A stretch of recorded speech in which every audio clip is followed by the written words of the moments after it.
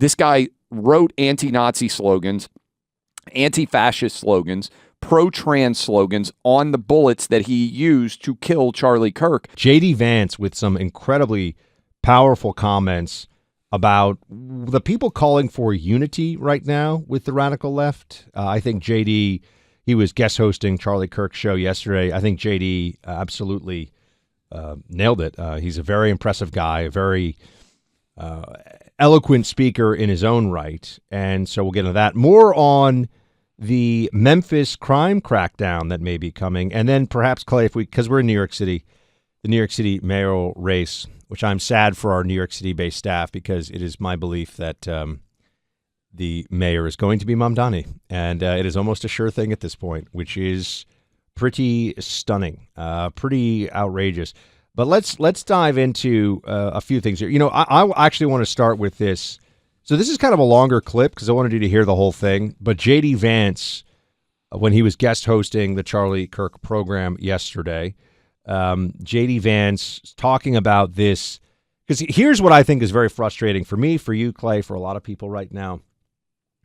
You had Charlie, who was doing debate, discussion, created a marketplace of ideas, or a forum for ideas, and he was assassinated. And now you have all these people who are saying, well, we just need a marketplace of ideas, or, you know, we just need to tone things down and get into an exchange. Well, hold on a second. We were doing that. It's the other side that was not doing that and is not willing to do it even still. Here is J.D. Vance. This is cut 9 with something I just think you all really need to hear. There is no unity with people who scream at children over their parents' politics. There is no unity with someone who lies about what Charlie Kirk said in order to excuse his murder. There is no unity with someone who harasses an innocent family the day after the father of that family lost a dear friend. There is no unity with the people who celebrate Charlie Kirk's assassination. And there is no unity with the people who fund these articles, who pay the salaries of these terrorist sympathizers, who argue that Charlie Kirk, a loving husband and father, deserved a shot to the neck because he spoke words with which they disagree. Did you know that the George Soros Open Society Foundation and the Ford Foundation, the groups who funded that disgusting article justifying Charlie's death, do you know they benefit from generous tax treatment? They are literally subsidized by you and me, the American taxpayer. And how do they reward us? By setting fire to the house built by the American family over 250 years. I am desperate for our country to be united in condemnation of the actions and the ideas that killed my friend. I want it so badly that I will tell you a difficult truth. We can only have it with people who acknowledge that political violence is unacceptable, and when we work to dismantle the institutions that promote violence and terrorism in our own country. I think, Clay, he absolutely nails it, but also the both sidesism has switched from both sides do political violence to both sides need to calm down and look for unity. No, this both sides thing is not going to fly. I just can't get past the fact that we have an entire base of the left wing that has celebrated this assassination.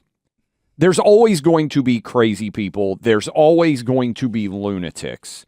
But the idea that huge portions of the Democrat base have taken to social media, have exulted across the entire internet in this assassination. I mentioned last week, I bet almost every single one of you has someone in your larger friend or family network who, if you go on Facebook, you have seen somebody and kind of been in disbelief that it could be happening.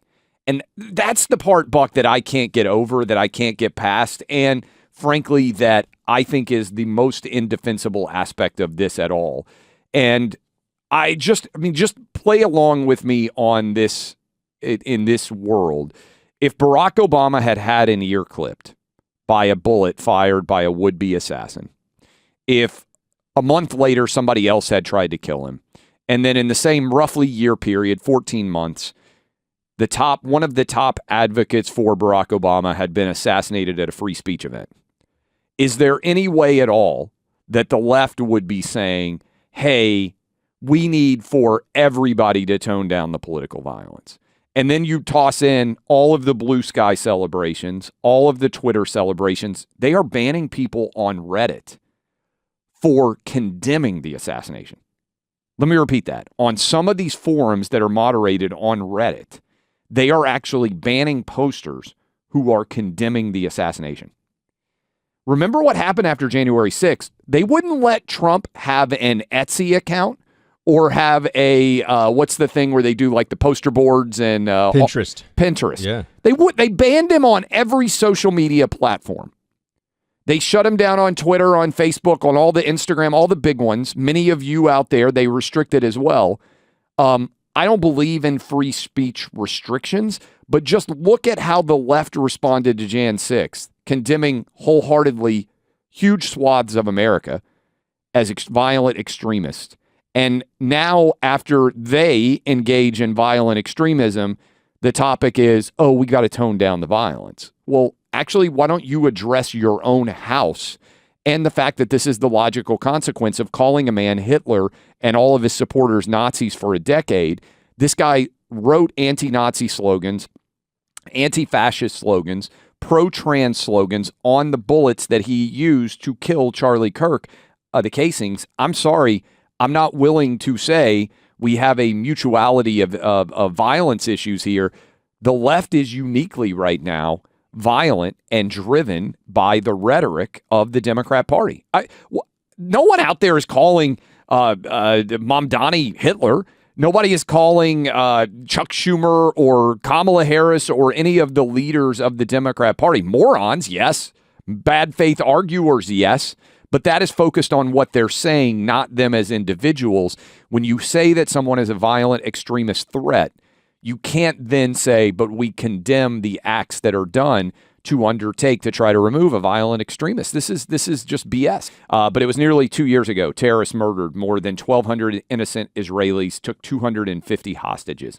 Today, it seems as if the cries of those we lost and their families have been drowned out by shouts of anti-Semitic hatred.